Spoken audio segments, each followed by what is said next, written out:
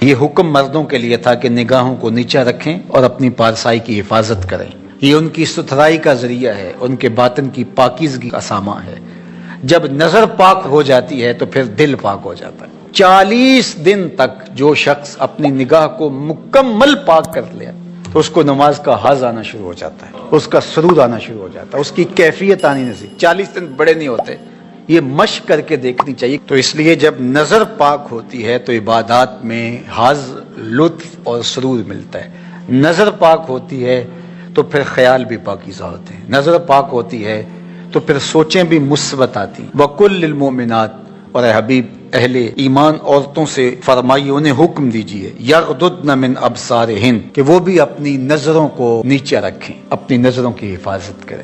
مرد تو اپنی نظر کی حفاظت کرے، اور اس کے لیے ایک طرح سے آسان بھی ہے کہ عورت پردہ کرتی ہے تو جو عورت نہیں پردہ کرتی وہاں اس کو کنٹرول کرنا پڑے گا، لیکن مرد کے چہرے پہ پردہ تو نہیں ہوتا، تو عورت تو پھر اپنی نظر کو زیادہ محفوظ رکھنا پڑے گا. حضرت ام سلمہ رضی اللہ تعالی عنہا فرماتی ہیں کہ حضرت میمونہ رضی اللہ تعالی عنہا زوجہ رسول موجود تھی میرے ساتھ، یہ دونوں ازواج موجود تھیں کہ حضرت عبداللہ ابن ام مکتوم تشریف لائے اور یہ نابینا تھے، تو انہوں نے پردے کا اہتمام نہیں کیا. تو حضور نے ارشاد فرمایا کہ تم نے پردہ کیوں نہیں کیا، پردہ کرو. تو انہوں نے آگے سے کہا حضور یہ تو نابینا ہیں. فرمایا تم نابینا تو نہیں ہو. وَيَحْفَظْنَ فُرُوجَهُنَّ، اور اپنی پارسائی کی حفاظت کریں، اپنی آبرو کا پہرا دیں.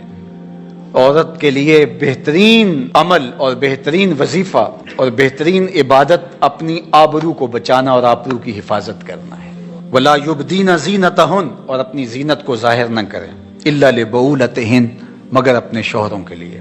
یہاں تک ارشاد فرمایا. یہ حدیث رسول ہو تو شاید کوئی جدید مفکر کہہ دے کہ یہ ضعیف ہے، یہ قرآن ہے. سنیے ذرا. وَلَا يَضْرِبْنَ بِأَرْجُلِهِنَّ لِيُعْلَمَ مَا يُخْفِينَ مِنْ زِينَتِهِنَّ، عورت اپنے گھر کی 4 دیواری میں اتنے زور سے قدم نہ رکھے کہ اس کے پاؤں میں پڑی ہوئی پازیب کی آواز گلی میں گزرتے ہوئے غیر مرد کے کانوں تک پہنچے.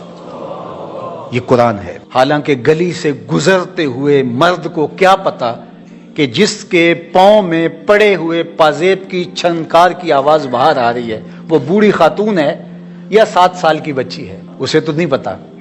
اور اس کو بھی نہیں پتا کہ باہر کوئی گزر رہا ہے یا گلی خالی ہے یا کوئی بوڑھا گزر رہا ہے یا کوئی بچے گزر رہے ہیں.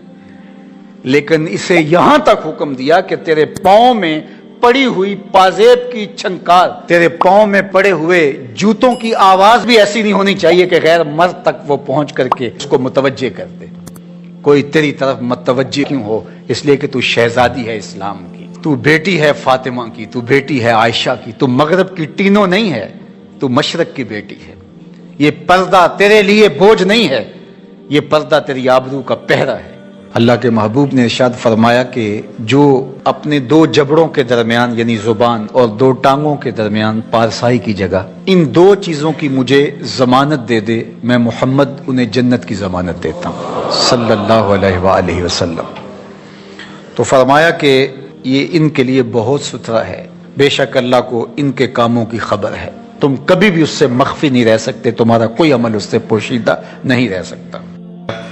وَمِنْ حُسْنِ اسلام المرء ترکہ ما لا یعنی ہے، کسی شخص کے اسلام کا حسن یہ ہے کہ وہ ہر بے مقصد کام کو چھوڑ دے.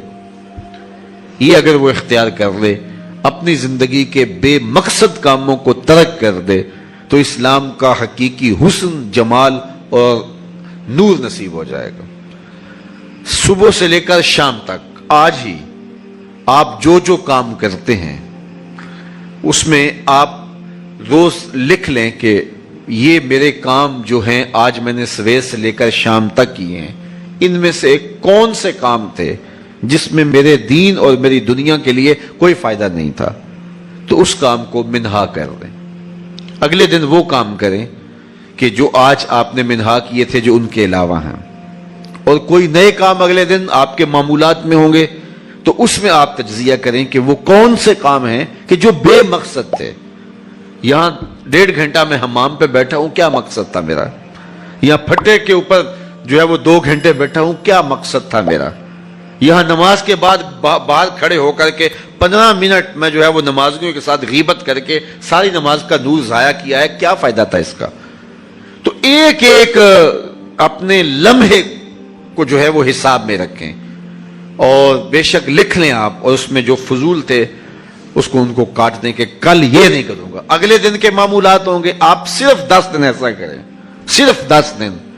10 دنوں کے بعد جو آپ کے پاس فہرست ہوگی اس کو اختیار کریں۔ آپ کو زندگی گزارنے کا لطف نہ آیا تو مجھے بتانا۔ ہمارے بہت سارے کام جو ہیں وہ بے مقصد ہیں جی، اگر سوئے تو پھر سوئے ہی رہے۔ کتنا وجود کو نیند چاہیے آپ طے کر لیں، اپنے ڈاکٹر سے مشورہ کر لیں کہ ایک صحت مند وجود کو کتنی نیند چاہیے، ایک بیمار وجود کو کتنی نیند چاہیے، مجھے کتنی دیر تک لیٹنا چاہیے، کتنی دیر تک مجھے جو ہے وہ چلنا چاہیے، کتنی دیر تک مجھے بیٹھنا چاہیے، کتنی دیر تک مجھے پڑھنا چاہیے۔ تو میں اس پہ غور کروں، تدبر کروں۔ بہت ساری ایسی سوچیں ہیں